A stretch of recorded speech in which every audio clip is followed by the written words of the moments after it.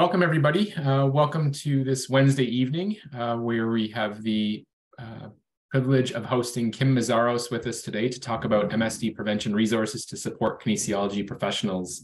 I'm Steve Fisher, your OK president this year. And again, very excited to have Kim joining us from Korea MSD as the ergonomics research coordinator. So very excited to have some resources and information from Korea MSD's perspective shared with us today. Just for folks on the webinar, if you haven't been on an OK webinar recently, just briefly the format. Kim's going to share some insights, resources with us. If you'll notice in the bottom of your screen, there's a little button that says Q&A. If at any point during the presentation you have questions, please type them into that chat box. As Kim gets to the end of her presentation then, I'll recite those back and facilitate Kim in addressing those questions as they've been populated. So again, all questions, feel free to ask them as the talk's going on. In the queue using the Q&A, and then we'll get to them at the end. So again, Kim, welcome. We're very grateful to have you today, and I'll turn it over to you to get started. Thanks for the introduction, Steve. And thank you for inviting me to speak today with all of you. I'm very excited to share the resources that we have available on the MSD Prevention Guideline for Ontario. And this is maintained by the Centre of Research Expertise for the Prevention of Musculoskeletal Disorders, or more commonly, we're known as Korea MSD. So to provide a little bit of background on Korea MSD, it's a research center in the Faculty of Health at the University of Waterloo. And the center collaborates with workplaces to conduct research that will improve the understanding and prevention of work-related musculoskeletal disorders. So this collaboration with workplaces helps us address relevant questions, and this will help maximize the value for workplaces. I'll also note that the center receives funding from a grant provided by the Ontario Ministry of Labour, and it also benefits from the support of the university. So to give a little bit of background about myself, I've been with Korea MSD for about 1.5 years now, and my previous experience in the field of ergonomics was gained through consulting. So this allowed me to work in different sectors as well as assist companies with implementing different aspects of their MSD prevention programs. So this could be anything from providing training to guiding risk reduction activities with workers, and also working with management, engineering, and safety departments as well. So the session topics that we're going to review today, first, I'm going to talk a little bit about the prevalence of MSD in the workplace. We'll get into the MSD Prevention Guideline for Ontario, talk about the 10-step process for MSD prevention. We will review the Quick Start guides, which are in the topics of office and general, and go over the resource library, which includes all of the other resources that we house on the website. I also wanted to review a couple additional Korea MSD resources that I think will be useful. So our position papers, as well as our client patient handling community of practice. So let's start with talking a bit about the prevalence of MSD in the Ontario workplace. So the most frequent type of lost time injury and largest contributor of lost time claims in Canada is MSD. Many areas of the body can be affected by MSD, and the lower back is the most common body area affected. So some examples of MSD that you're probably already aware of include lower back pain, shoulder tendonitis, carpal tunnel syndrome, tennis elbow, and neck tension. MSDs typically have a slow progression over time, which can result in workers ignoring the common signs and symptoms, especially when they are mild. But due to the gradual onset of these disorders, it can take a long time to recover, which can result in lost time claims and disability. This is why early intervention is important to prevent the progression of these disorders over time. So 80 to 90% of all MSD lost time claims are classified as sprains and strains by the Workplace Safety and Insurance Board of Ontario, or WSIB. Sprains and strains continue to be the leading nature of injury for lost time claims, as well as, so in both frequency and as well as the cost in Ontario. So you can see that in both graphs.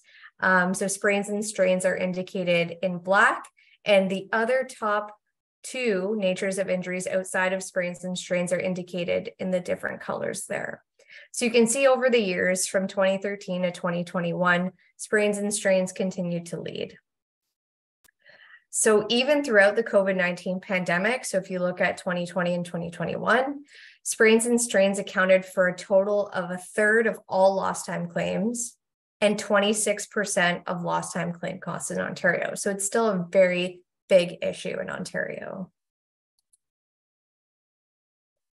So looking at office-based occupations, the back and lower extremities injuries to these areas account for over 60% of MSDs reported. And some common MSD hazards associated with these body areas in computer-based work include awkward and unsupported postures in combination with prolonged exposure to these postures. And these hazards apply to either in sitting or standing positions. So another sector-specific example would be health and community care. So when we examine the WSIB lost time claims data for health and community care sector, MSD injury rates for 2021 were 2 times above the provincial average. And the subsectors with the highest number of MSD were hospitals, long-term care facilities, and home healthcare services. Looking at the top impacted occupations, we have nursing, personal support workers, ambulance attendants, and cleaning and housekeeping staff. So for accepted lost time claims in 2021, the most frequent body area affected was again the back. So how do we prevent MSD in the workplace? Ergonomics principles involve examining the interaction of humans with all elements of the work system. The overall goal is to create jobs that can be performed within workers' capabilities, and this will help maximize their well-being and performance. So as we all know, workers come in different sizes, body shapes, genders, ages, which all results in a workforce with a wide range of physical capabilities. And because of this, people respond very differently to MSD hazard exposure, which is the same for any other type of occupational hazard like noise or dust. So ergonomists and kinesiology professionals can support workplaces in assisting with the evaluation of work systems and supporting the development of solutions to control MSD hazards. Ergonomics and human factors considers the physical, cognitive, and organizational aspects of work. And this diagram just shows the 3 domains that affect how a person interacts with their work. So we're looking at physical, cognitive, organizational examples here. So when we look at the physical, we're looking at workstation layout, postures, manual handling tasks, and repetitive movements. For the cognitive side of things, we're looking at mental workload, usability and user experience, decision-making, and training. On the organizational aspect, we're looking at working times, so shift work. We're also talking about the psychosocial factors involved in organizational culture, communication between staff and supervisors, and if work is required remote or on the go, considering that in the organization of work as well. So there is strong evidence that physical factors in the workplace and how work is organized can greatly increase a person's chance of developing an MSD, which is why it's so important to be aware of MSD hazards so we can control them. And just to make sure that we're all on the same page, I wanted to review the 3 primary MSD hazards. So the first is force, which is generated by the muscular effort required to complete tasks such as lifting, carrying, pushing, pulling, and gripping. The second primary hazard is posture, which is the position of our body's joints when we're working. So for example, seated versus standing working postures. And the last one is repetition and duration. So how often or how long we're performing a movement or sustaining a posture. And in general, when all of these hazards are combined or 2 or more are combined, the risk of MSD is increased. So If you're looking for more detailed information on these primary MSD hazards, it can be found in the About MSD section of the MSD Prevention Guideline for Ontario, which we'll be reviewing shortly.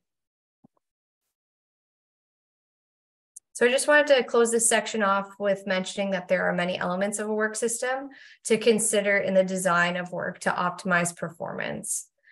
So this includes the physical setup, the tasks that are required on the job, how work is organized, the environment that the worker is working in, and capabilities of workers. And the interaction of all of these elements can create MSD hazards. So it's very important to be aware of the interaction of all of these things and how it relates to how a worker is exposed to hazards. So before we get into the resources on the MSD Prevention Guideline for Ontario, I wanted to give a little bit of a background from where we were versus where we are today versus where we will be going in the future with the guideline.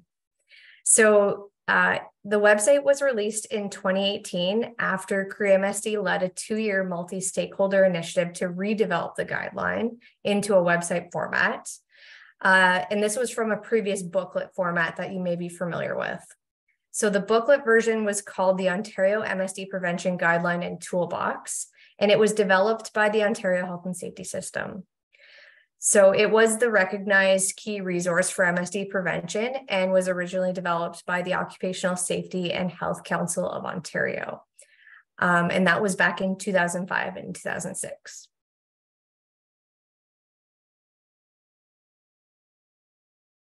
So the current website contains different sections, as you can see on the menu bar on the left here.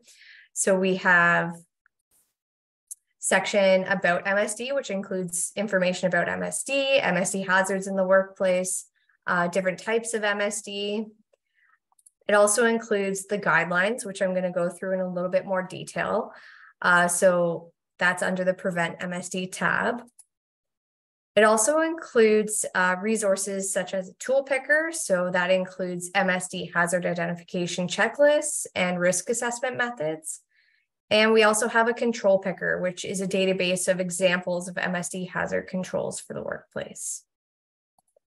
Finally, at the bottom here, we have the resource library, which includes a multitude of posters, fact sheets, and videos that can be referenced. We also have a lot of different external links to health and safety system partner resources and other organizations such as the International Ergonomics Association that have published resources on MSD prevention that are very relevant.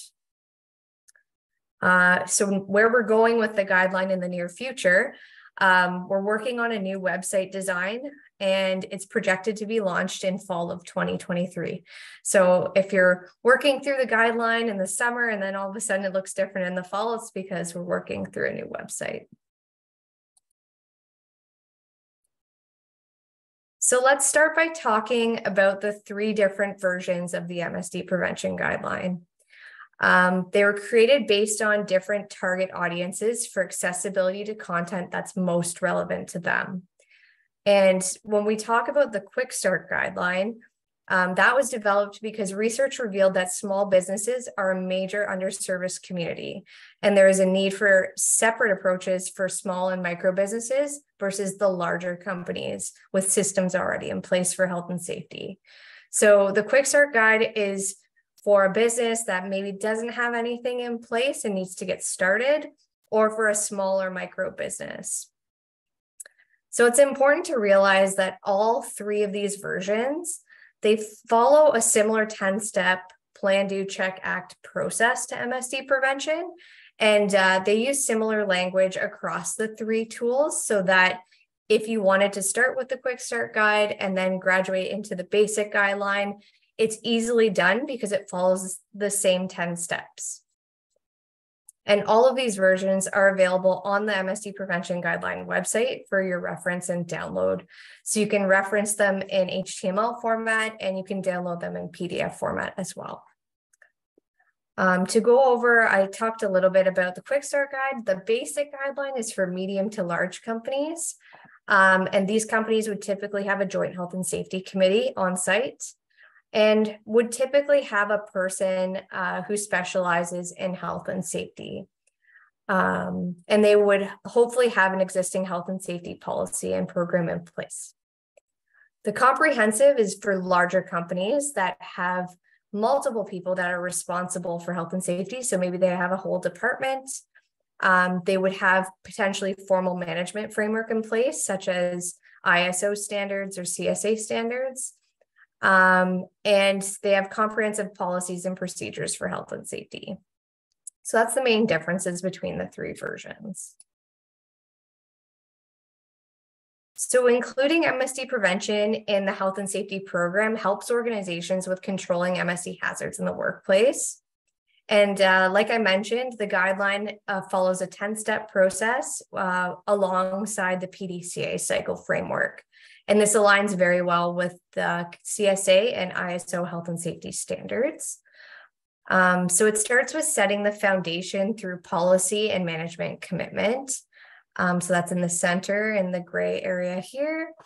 And then it follows the Plan, Do, Check, Act. So plan would be preparing and scheduling your MSD prevention activities. Do would be actually executing your hazard intervention cycle, which is that RACE cycle that we'll go through in a little bit more detail. And doing the check processes to verify if targets and goals have been achieved throughout the completion of your MSD prevention activities. And finally, acting. So communicating the results of your program and identifying successes and gaps for program improvement. And I'm going to go through each phase in more detail and provide relevant links that will help you in actually facilitating these different steps throughout the guideline. So the first step, as I mentioned, was management commitment and demonstrating leadership. So the first step would be to create a policy for MSD prevention in the workplace. And there is a link here that I've provided that is a sample MSD prevention policy statement that is on the guideline. So additionally to the policy, you'd want to set clear expectations to workers to reduce any uncertainty about their tasks, deadlines, and workflow. And then also focus on developing a supportive work community built on trust, honesty, and respect to create a positive organizational culture. So that's leaning on more of the psychosocial aspect of things. But in order to really set yourself up for an effective program, it's very important to have that positive culture so everyone can work together cohesively. And finally, provide workers with supports to perform their job. So investment in supports for workers' health and safety can also be associated with increased productivity, quality, and injury prevention. So let's get into the plan steps. So this covers step 2 and 3 of the guideline.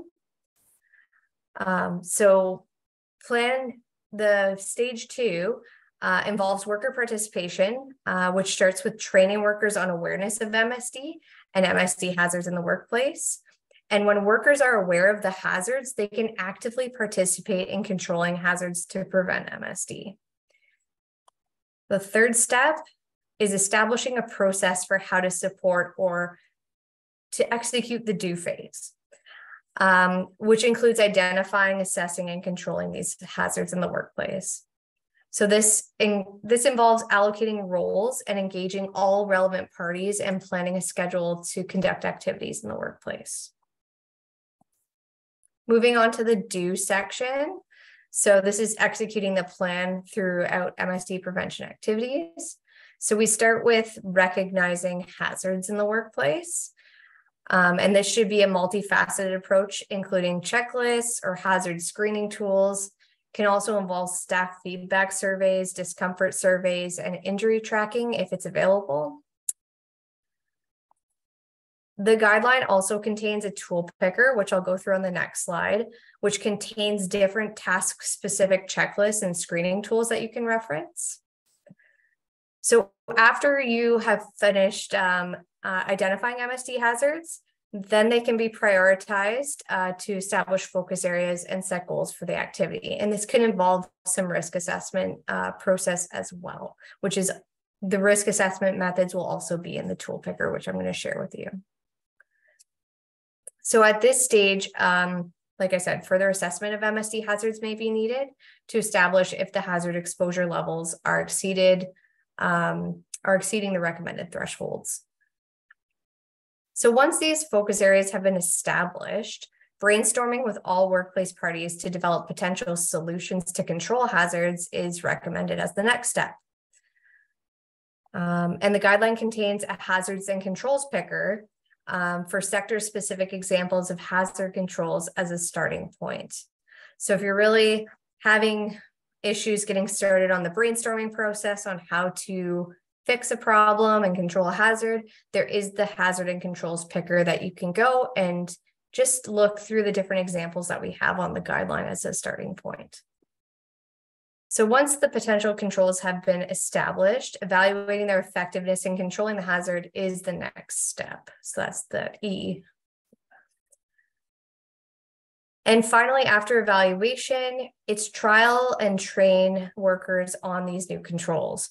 So how this involves how to use equipment, how to establish new processes that are involved to minimize hazard exposure. It's important to establish safe work methods and identify any concerns with the new control through these trials. So this is the do phase is the RACE model. I should have said that up front. So RACE, it just stands for recognizing the hazards. A would be to assess the MSD hazards and prioritize. C would be to control MSD hazards, and the E is for evaluate and educate and train on controls.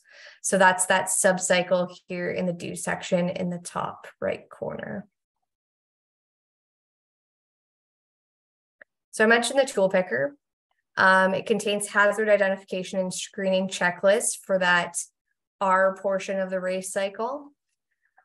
And it also includes MSD risk assessment tools. So if you look at the level of detail required in the second part of the table, you'll see hazard identification and advanced screening. So those are our checklists. And then observational evaluation and comprehensive task analysis would be our risk assessment tools. So just a disclaimer on the comprehensive task analysis that these types of tools require substantial knowledge and experience to use in order to interpret their outputs appropriately. So understanding the limitations and how to apply those tools is very important when interpreting their results. So ergonomists or others with specialized knowledge and experience will be able to use those tools. So this is just an example of the general hazard identification checklist that we have available on the guideline. And the website also contains other simple checklists and task-specific checklists as well. I also mentioned the control picker, which is our database of MSD hazard control examples. And this is organized by sector, by subsector, by body area, by task. So there's different filters that you can choose here to narrow down the applicable control that control example that would apply to your scenario. So like I said, it's a great starting place to see if there's any examples here that you can draw from that might be applicable to your workplace. So this is an example of the transportation sector. And I'll just show you, okay, if we select transportation alone without anything else, and we select the best practices for truck driving, that shows a poster resource that we have on the guideline on driving ergonomics. So things that you would want to consider when setting up your in-vehicle workstation. Another example that I'm going to draw from here is entering and exiting the tractor trailer cab.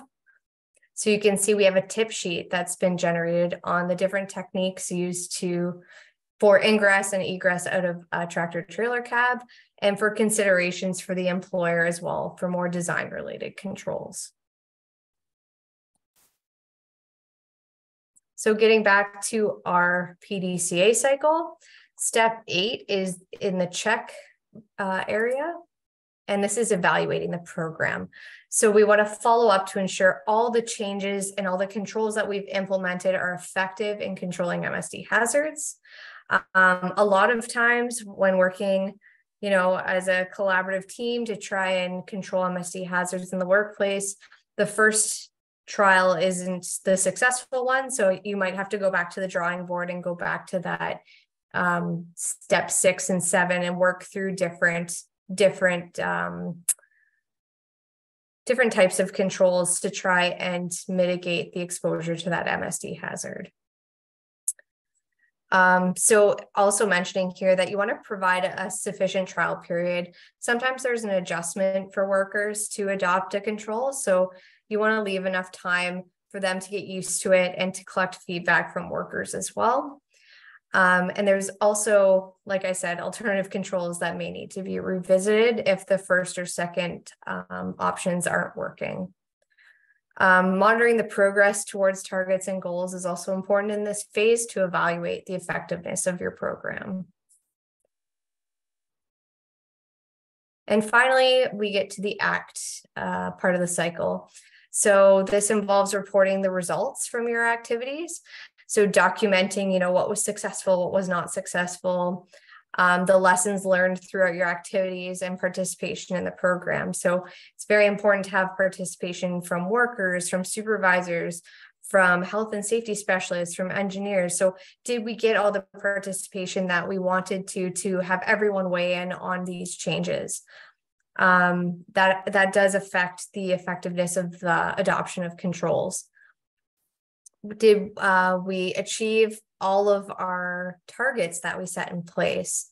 What were the gaps and areas of concern that we identified through the process? And finally, we want to communicate the results back to management so they understand what worked and what didn't work with the program. And finally, step 10, management review. So once they have all of the results, they look at their targets, maybe revisit adjusting targets and goals for the next year, looking at training needs dependent on what was changed, and ongoing training to increase awareness of MSDs and MSD hazards for workers in the workplace. Discuss areas for improvement with all stakeholders. So not just health and safety, but looking at all stakeholders within the organization.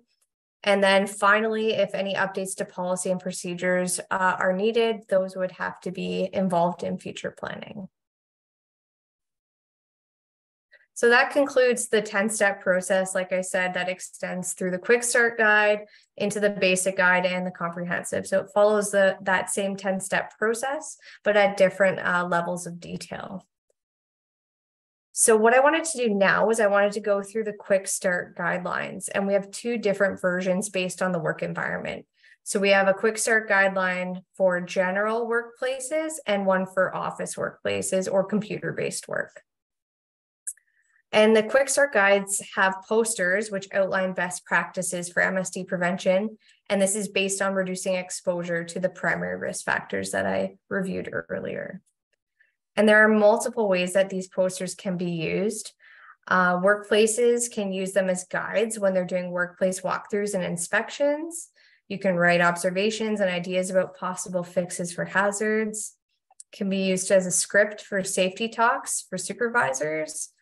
And it could also be posted on boards such as like a lunchroom board or a health and safety board, just to alert workers to potential MSD hazards. So more for an awareness piece, and also how their work may be related to pain and discomfort as well. So in printed format, the Quick Start Guideline has a folder which contains that MSD prevention and 10 steps that we went over. And it also contains some information about MSD and about other resources on the website. It describes the posters and how to use them, like I just reviewed. And it contains sources on where to go for help. It also folds up so it can physically contain the hard copy of the posters as well. And the Quick Start Guideline folder and posters are all available in PDF format. If you wanted to print them out to hand out, they're available for free. And then also wanted to highlight there are different zones that are indicated by color, orange, yellow, and green. So the posters will sometimes have these zones to indicate different thresholds and provide guidance on next steps. So the green zone is ideal, so no action is required if work is located in the green zone. The yellow zone should be investigated to determine if improvements can be made in the future. And the orange zone requires immediate assessment of the combination of hazards and will likely require intervention. So what I'll do now is I'll go through the Quick Start Guide office posters and the content, and then I'll go through the Quick Start Guide general posters as well. So optimal computer workstation design takes into account the worker and the tasks that are being performed to eliminate or control MSD hazards. So you can see here, we've got 5 steps here for optimal computer setup. So what we're looking for is to fit the workstation design to the worker and their tasks.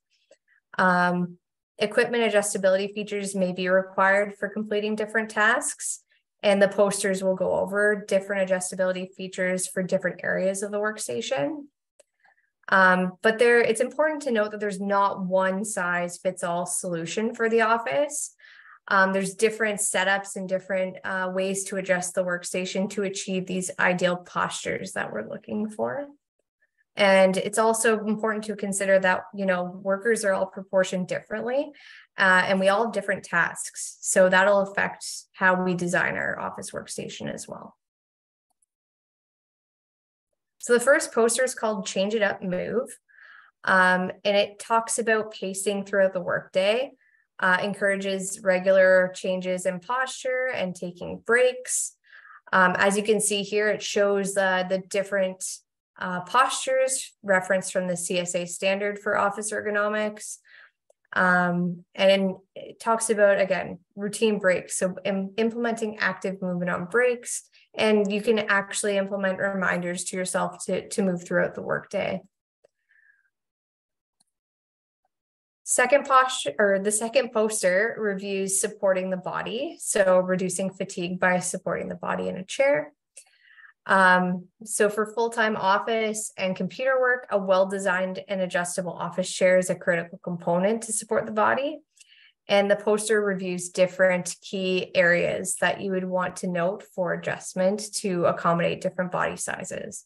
So that would be seat height adjustability, backrest angle and height adjustability, looking at lumbar support position, adjustable armrests, and seat pan with appropriate width and length. It also mentions about training on how to adjust the chair to fit the body and how to use adjustable features of the chair, which is important for a worker to support their body. The poster also gets into workstation setup and how to adjust the chair and accommodate for desk height and keyboard and mouse position, which will impact chair position. And lastly, it talks about footrest can be utilized if the feet are not fully supported by the floor in an optimal posture. So the third poster is supporting the arms. So looking at all 4 workstation examples here on the figure on the right, demonstrates optimal workstation surface height, positioned just below elbow level. And this concept is relevant for seated and standing positions to promote upper extremity postures that are in an optimal position when using input devices.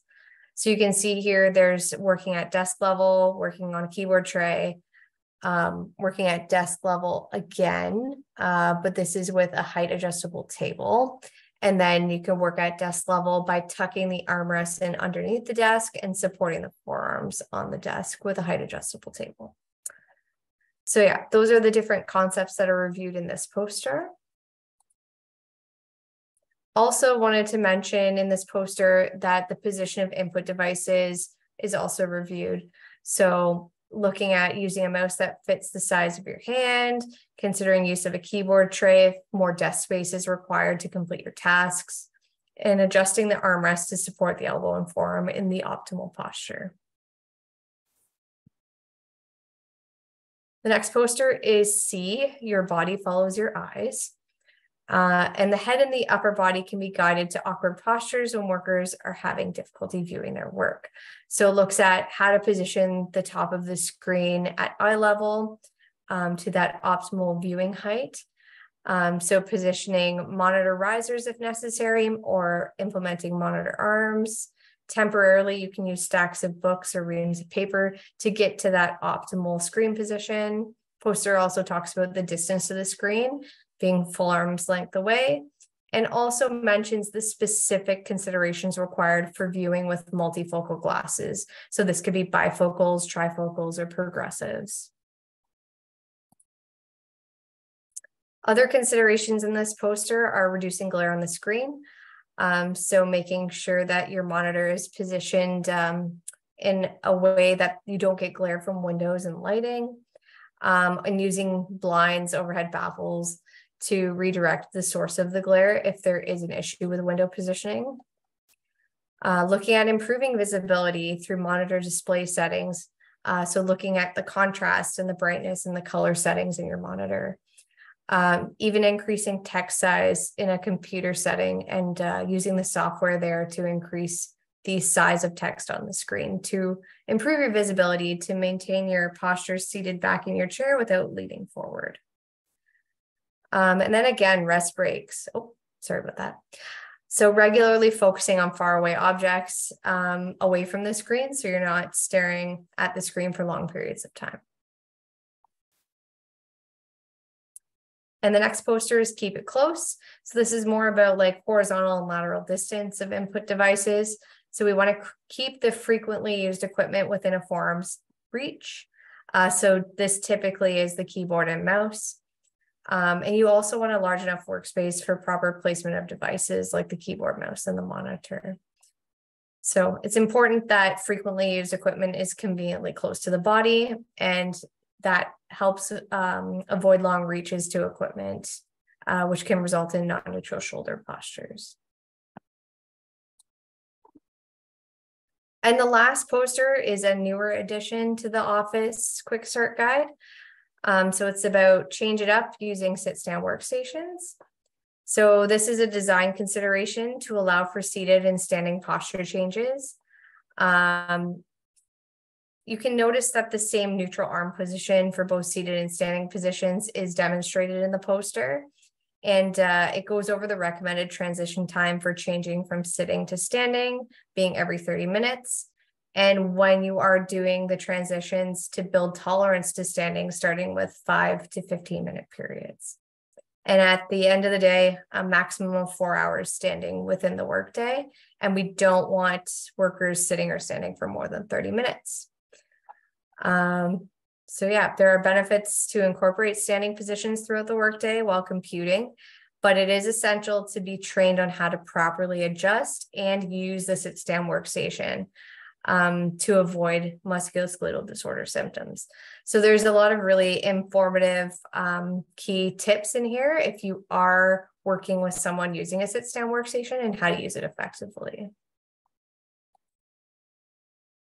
Now we're going to switch gears and get into the Quick Start Guide General.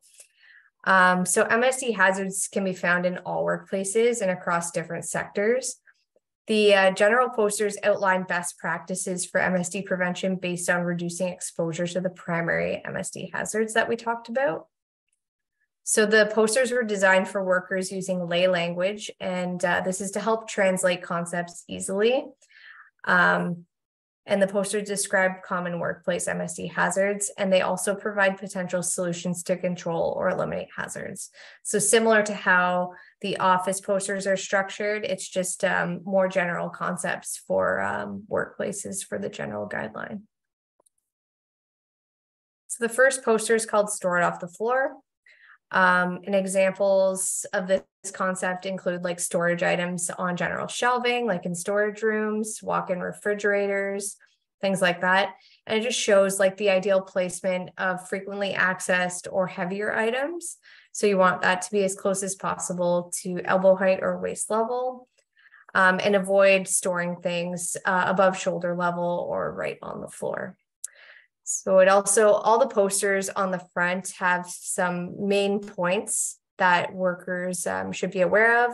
So using tables, benches, or stands to get work off the floor when it is on the floor, and store objects between knee and shoulder level and waist level is best.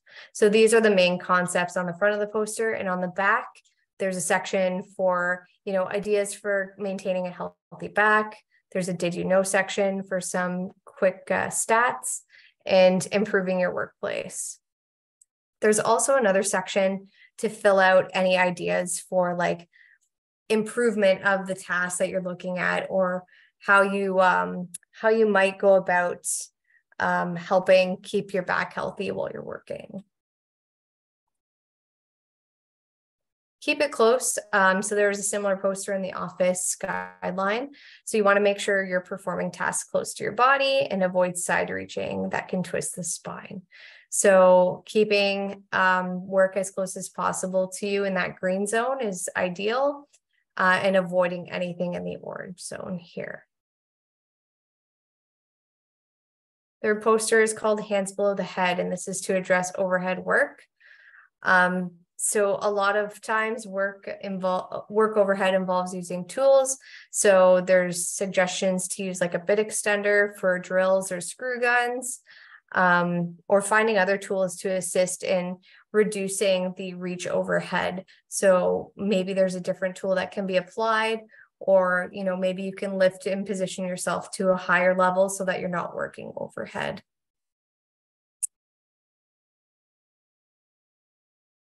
Poster 4 is about viewing, so looking straight ahead. So the green zone indicates the ideal viewing range to keep your neck in that neutral posture.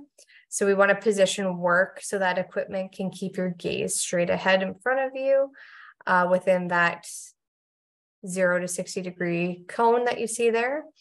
And you can arrange your workspace so that common items are centered to your body so that you're not twisting to view as well. So looking at this lateral view as well. And the last point here is position your work below your eye level to align your vision with the task. So if there is some flexibility in setting up maybe like a visual display screen, to set it up to that ideal viewing height would be optimal. So this one, get a good grip, is about how to handle things ideally depending on the task. So for high force work, power grip is preferred with the full hand, like in the picture here. And for low force precision tasks, pinch grip is typically preferred. And then choosing tools that have a good shape to fit your hand is also very important, and making sure that the edges don't dig into the palm of your hand or the fingers. So choosing a tool also that allows your hand and wrist to be put in a strong neutral position or a natural posture here is important to make sure that you're not working in those deviated non-neutral postures. So when you're working with power tools or any other type of equipment, making sure that your wrist is in a straight position when you're working and exerting forces. And then the last poster is called Change It Up. So this is about including breaks within the workday to act as recovery from fatigue. So we want to rotate potentially to different tasks, which could help provide a working rest. So if a task involves, a lot of lifting or a lot of like bending at the back, maybe we want to switch it up with another task that involves more like upper extremity related tasks. So making sure that we are changing it up so that we're not exceeding those repetition thresholds when it comes to non-neutral postures. Then I wanted to get into the resource library. So this is the last section on the website. So if you're looking for something very specific, there are quite a few resources to posters that have been developed on different topics, videos, as well as external links from like our health and safety system partners or other organizations that have some valuable tools for MSD prevention. So I'm just going to share a couple examples. So these are the body positioning and manual handling training posters that were developed from a position paper that was written on improving workplace manual handling training programs. So we have a poster, it's two-sided on focusing on the shoulder. So looking at ideal postures for the shoulder. Then we have one on the low back. So looking at different techniques and postures for positioning your body to provide ideal back postures when doing work. And also for the knee. So again, looking at the optimal work methods and postures to position your knee in ideal postures. And I wanted to share a video. I'm hoping this works. So this is one of our newest animated videos called Manual Materials Handling Solutions to Control MSD Hazards in Manufacturing and Warehousing. And it just goes over different examples of solutions to eliminate or control these hazards. So manual materials handling covers lifting, lowering, carrying, pushing, pulling, and gripping materials. So I'm going to try and play this video and someone let me know if it doesn't work. Manual material handling is commonly performed in workplaces. These tasks involve workers using their body to lift, lower, carry, push, pull, and grip objects. Musculoskeletal disorders, or MSD, are the most frequent injury claim in Ontario. In manufacturing, low back and upper extremity MSD are the most common. A combination of forceful exertions, awkward body postures, and repeating or maintaining forces and postures are known hazards for MSD. Workers come in all sizes and shapes and have different capabilities. Changes in the work design to eliminate or isolate workers from MSD hazards is the preferred method, so everyone can work safely. Manually lifting heavy objects that are difficult to handle should be eliminated to prevent MSD and reduce the risk of dropping items. Consider solutions such as lift assist devices, hoists, and transfer tables. Carrying objects can be challenging and time-consuming. Using equipment to eliminate carrying, such as conveyor systems and carts, can also improve productivity. Pushing or pulling heavy pallets or carts can be difficult to steer and hard to see in front of you. Powered equipment eliminates manual pushing and pulling and can improve visibility and efficiency. Equipment with adjustability features allows workers to change the work area to reduce awkward body positions. Height and angle adjustable equipment and rotating features can reduce back bending and forward reaching. Workers need to be trained on how to use equipment properly to control MSD hazards. Learn more about MSD prevention on the MSD Prevention Guideline for Ontario. An example of an external resource that we have on the guideline is it's called the Ergonomics and Human Factors as the Business Resource, and it was published by the Chartered Institute of Ergonomics and Human Factors in collaboration with the International Ergonomics Association. So this resource shares how it might seem like ergonomics and human factors is focused exclusively on people, but it actually focuses on improving the human contributions to better products and services. And this acts directly to an organization's bottom line. So it's a great resource in understanding the benefits of investing in MSD prevention. I'm just going to quickly go over some additional CRE-MSD resources because I know we have 10 minutes left. So the CRE-MSD website covers a lot of information on MSD prevention research that we're involved in and resources that we have that are coming out of that research.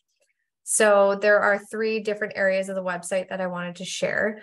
So if you wanted to learn more about our seed grant research projects that are going on, you can look at that link there.